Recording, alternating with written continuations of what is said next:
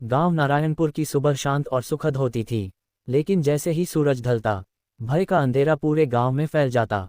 गांव के ठीक बीचों बीच स्थित था एक प्राचीन कुआं। इस कुएं के चारों ओर लगे पुराने पीपल के पेड़ और उन पर बैठे कौवों की कर्कश आवाजें इसे और डरावना बना देती थीं। गांव के लोग मानते थे कि इस कुएं में एक आत्मा बसती है। कहते थे, जो भी इस कुएं के पास गया, वह कभी वापस नहीं लौटा। इसलिए लोग सूर्यास्त के बाद उस रास्ते से भी नहीं गुजरते थे। गांव में एक बुजुर्ग माधव काका थे, जो अक्सर बच्चों और युवाओं को कुएं की कहानी सुनाते। उनका चेहरा हर बार गंभीर हो जाता और आवाज धीमी। बहुत साल पहले इस गांव का जमींदार बहुत निर्दयी था। उसने गरीबों पर जुल्म ढाए। एक दिन गांव वालों ने उसे मारकर उसकी लाश इसी कुएं में फेंक दी। तब से उसकी आत्मा यहाँ भटक रही है। ये कहानी सुनकर सभी बच्चे सिहर उठते, लेकिन हर कोई सोचता था, क्या सच में ऐसा हुआ होगा या ये सिर्फ एक कहानी है। कई सालों बाद गांव में वीरेंद्र नाम का एक युवक आया। वीरेंद्र पढ़ा लिखा था और अंधविश्वास में यकीन नहीं करता था। उसने गांव के लोगों से कुएं के बारे में सुना तो वह हंसने लगा। उसने कहा, भूत प्रेत जैसी चीजें केवल डर और अज्ञानता का परिणाम हैं। लेकिन गांव वालों ने उसे गंभीरता से चेतावनी दी, यह कोई कहानी नहीं है। हमने इस कुएं के पास अजीब आवाजें सुनी हैं। कुछ लोगों ने सफ़ेद साए देखे हैं, और जो भी कुएं के पास गया, वह लौटकर नहीं आया। वीरेंद्र ने ठान लिया कि वह इस रहस्य को सुलझाएगा। उसने कहा, मैं खुद इस कुएं में जाऊंगा और सच का पता लगाऊंगा। वीरेंद्र ने एक लालटेन और रस्सी ली और रात को कुएं की ओर चल पड़ा। चारों ओर गहरा सन्नाटा था, हवा भी थम गई थी। जब वह कुएं के पास पहुंचा, तो उसे वहां अजीब सी ठंडक महसूस हुई। उसने कुएं में झांका, पानी गहरा और ठहरा हुआ था।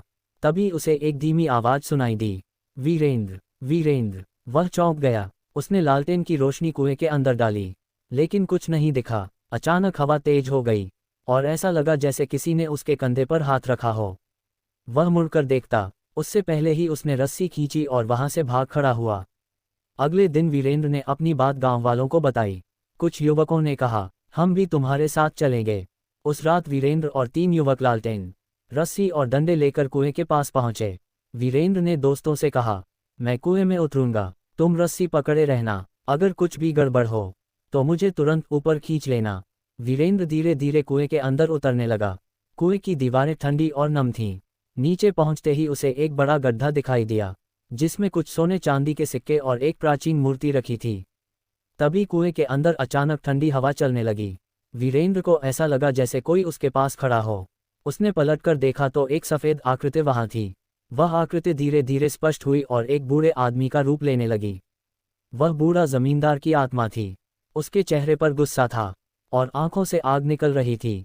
उसने गरजते हुए कहा, यह मेरा खजाना है, जो इसे लेने की कोशिश करेगा, उसे मैं नहीं छोड़ूंगा। वीरेंद्र ने साहस दिखाते हुए कहा, तुम कौन हो और क्यों इस कुएं में लोगों को मारते हो? भूत ने कहा, मैं जमींदार हूँ। गांव वालों ने मुझे धोखे से मारा और मेरी लाश इस कुएं में फेंक दी। मेरी आत्मा यहाँ फंसी हुई है। वीरेंद्र ने भूत से कहा, अगर तुम्हारी आत्मा को शांति चाहिए तो तुम्हें अपने पापों का प्रायश्चित करना होगा। भूत ने कहा, मेरे पापों का प्रायश्चित तभी होगा जब तुम मेरी इस मूर्ति को कुएं से निकालकर गांव के मंदिर में स्थापित करोगे। वीरेंद्र ने दोस्तों की मदद से मूर्ति को बाहर निकाला। गांव वालों ने मिलकर मूर्ति को मंदिर में स्थापित किया। जैसे ही मूर्ति स्थापित हुई, भूत का प्रकोप खत्म हो गया। जमींदार की आत्मा ने वीरेंद्र को धन्यवाद दिया और कहा, अब मेरी आत्मा को शांति मिलेगी। उस दिन के बाद गांव वाले निर्भय होकर कुएं के पास जाने लगे। वीरेंद्र की बहादुरी की कहानी सबकी जुबान पर थी। इस कहानी से ये शिक्षा मिलती है कि डर और अंधविश्वास को तर्क, साहस और बुद्धिमानी से हराया जा सकता है। वीरेंद्र ने ये साबित किया कि सच्चाई का सामना करने के लिए हिम्मत की जरूरत होती है।